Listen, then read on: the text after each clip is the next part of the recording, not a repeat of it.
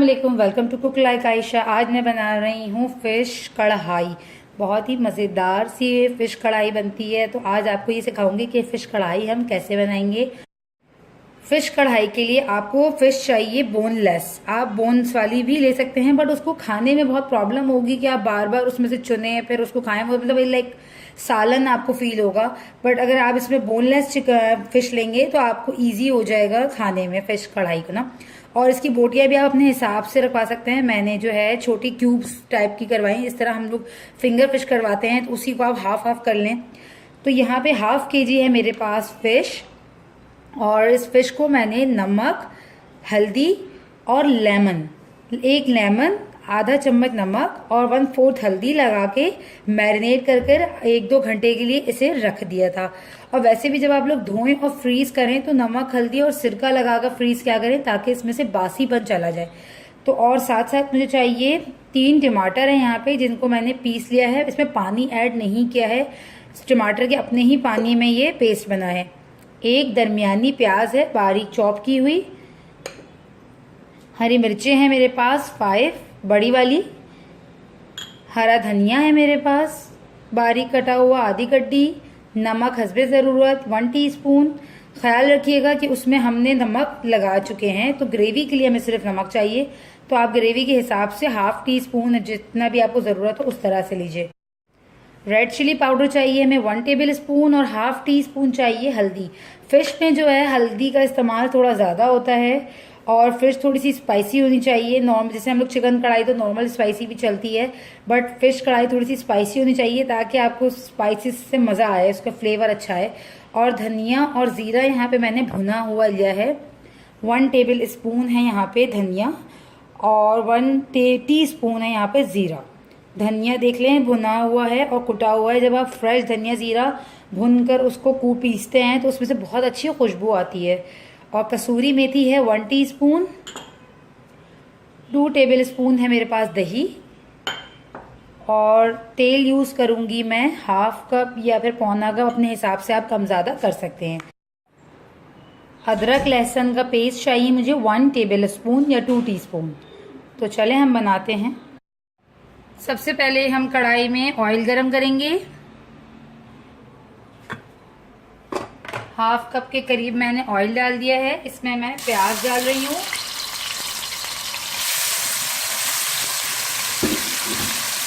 प्याज को मैं करूँगी हल्का सा बिल्कुल लाइट ब्राउन, ज़्यादा मुझे ब्राउन नहीं करना वरना कढ़ाई मेरी काली काली सी हो जाएगी, उसका लुक ख़राब हो जाएगा। इसीलिए कढ़ाई में जब भी आप प्याज डालें तो वो बिल्कुल लाइट ब्राउन या फिर पिंकिश करें।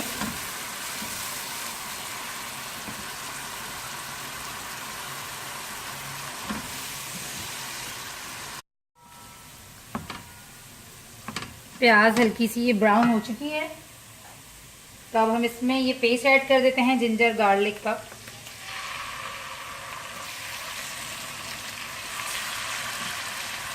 और इसको भी फ्राई कर लेते हैं ताकि जिंजर गार्लिक की अच्छी सी खुशबू आ जाए।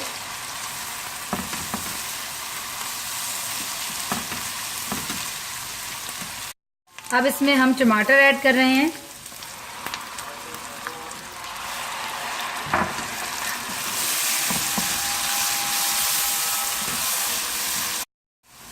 टमाटर डालकर 2 मिनट तक इसको पकाइए ताकि टमाटर जो है अच्छे से प्याज के साथ सॉफ्ट हो जाए। फिश कढ़ाई के मसाले तो वही होते हैं नॉर्मल कढ़ाई वाले, लेकिन फिश कढ़ाई को बनाने का जो तरीका है वो चिकन कढ़ाई से मुख्तलिफ है। तो यहाँ पे हमने प्याज को फ्राई किया, उसमें टमाटर ऐड किया, अदरक लहसुन। अब हम इसमें ऐड कर देते हैं मसाले। नमक मैं अपने हिसाब से डालूंगी, ठीक है। अभी थोड़ी देर चक्कर ½ डाल देती हूँ, और ½ थोड़ा सा जो है मैं एंड में टेस्ट कर कर इसको डालूंगी, ठीक है। यहाँ पे मैंने नमक, हल्दी, मिर्च, धनिया, ज़ीरा सब ऐड कर दिया है। अब इसी में मैं दही ऐड करके थोड़ा सा मसाला भुनने के लिए ढक दूंगी ताकि ये जो मसाला है अच्छे से पेस्ट की तरह बन जाए। और ये जो मसाले का और टमाटर प्याज का जो कच्चा पना है वो ख़त्म हो जाए। तो इसे हम ढक देते हैं।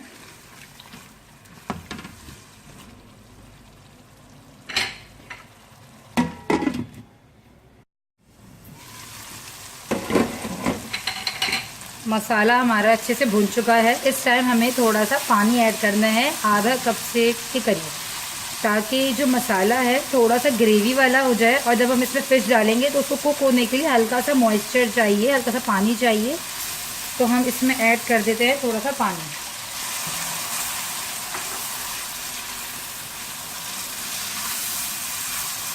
ये पानी ऐड कर दी हमने इसमें। कसूरी मेथी भी ऐड कर दें।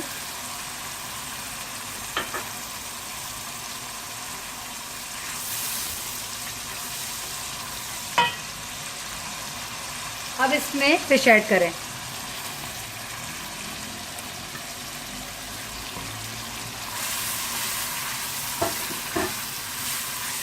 और देखें, फ़िश को हमने डालकर बहुत ज़्यादा पकाना नहीं है, क्योंकि ये बोनलेस फ़िश है। और मैं बताऊं, मैंने यहाँ पे ली है सुरमई फ़िश। सुरमई फ़िश की खासियत ये है कि ये बिल्कुल सॉफ्ट, ऐसी नरम नहीं होती जो आपका हैंडल ना हो और जो है फ़ौरन टूट जाए। फिंगर फ़िश में जो है ये सुरमई फ़िश बेस्ट रहती है, क्योंकि इसमें कांटे भी बहुत कम होते हैं। और जो है ये फ़िश भी ऐसी होती है कि ना स्टेबल रहती है, नरम नहीं होती, टूटती नहीं है। तो आपने, अगर आपके पास दूसरी कोई फ़िश है और आपको लगे ये बहुत ज़्यादा सॉफ्ट है, ये फ्रोज़न फ़िश है, तो आपने फ़िश को डालकर चलाना नहीं है, बस ढक देना है, हल्की आंच में से कुक होने देना है। तो यहाँ पे मैं इसे फ़िश को कुक होने के लिए रख रही हूँ हल्की आंच पे, ताकि ये स्टीम में जो है हल्की आंच पे बने। ये देखें 5 से 7 मिनट हो चुके हैं। मैंने इसे इस तरह से दरमियानी आंच पे रखा था, या हल्की आंच, जिस तरह से भी कि पानी खुश्क ना हो और हमारी फ़िश अच्छे से गल जाए। और फ़िश को गलने के लिए बहुत ज़्यादा टाइम नहीं चाहिए। तो यहाँ पे ये हमारी फ़िश जो है बिल्कुल रेडी है। अगर आपको ये ग्रेवी ज़्यादा नहीं चाहिए तो आप इसमें जो मैंने थोड़ा सा हाफ़ कप पानी ऐड किया था वो मत कीजिएगा। बट मुझे हल्की सी ग्रेवी वाली कढ़ाई चाहिए, तो इस वजह से मैंने हल्का सा हाफ़ कप इसको पानी इसमें ऐड किया था, ताकि मसाला भी अच्छे से भुन जाए। तो यहाँ पे ये फ़िश कढ़ाई रेडी है। अब इसमें हम हरी मिर्चें ऐड करते हैं और थोड़ा सा हरा धनिया।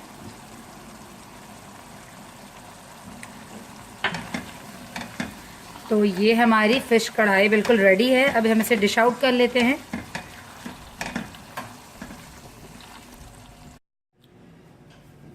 तो कढ़ाई हमारी रेडी है। अब हम इसे डिश आउट कर लेते हैं।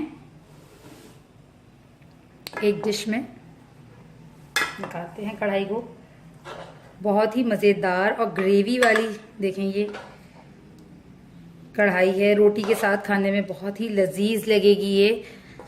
मुझे ट्राई कर कर ज़रूर बताइएगा। और अच्छा, आपको एक मैं और टिप देना चाहती हूँ। वैसे तो कसूरी मेथी डालने से इसमें से जो फिश की स्मेल होती है वो बिल्कुल ख़त्म हो जाती है। बट अगर आप ढाबा स्टाइल में चाहें कि स्मोकी सी ज़रा खुशबू आए, बिल्कुल जिस तरह हम लोग ढाबे में बनती है फ़िश, वो वाला टेस्ट आए, तो आप हल्का सा इसमें स्मोक भी लगा सकते हैं। उससे भी जो है ना आपका एक ट्विस्ट सा, अच्छा सा फ्लेवर हो जाएगा नया, कि बहुत ही। ये इस तरह से मैंने फिश डिश आउट कर दी है। कितनी अच्छी इसकी ग्रेवी बनी है। और देखें, मैंने ज़्यादा बड़ी बोटियां नहीं ली थी, और बोनलेस लेने की वजह से ये खाने में बहुत ही इजी हो रहेगी। अब हम इस पे थोड़ी सी गार्निशिंग कर देते हैं।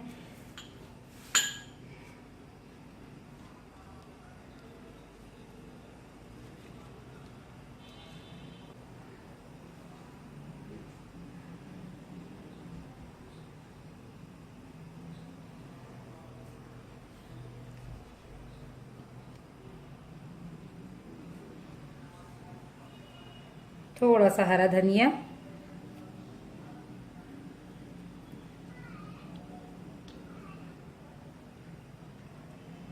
और ये है एक नींबू। अगर आप चाहें तो इस पे निचोड़ दें। वैसे मैरिनेटेड फिश थी तो इसलिए इसमें ज़रूरत नहीं है, मैं इसे इसी तरह साइड में रख रही हूँ। तो आज की हमारी ये डिश फिश कढ़ाई रेडी है। उम्मीद करती हूँ आपको आज की डिश अच्छी लगेगी। मुझे ट्राई करके ज़रूर फीडबैक दिया करें ताकि मुझे पता चले आप लोगों को मेरी रेसिपीज कैसी लग रही हैं। और मेरे चैनल को सब्सक्राइब करना और वीडियो को लाइक करना मत भूलिएगा। तो चले मिलेंगे अगली रेसिपी में, जब तक के लिए अल्लाह हाफिज़।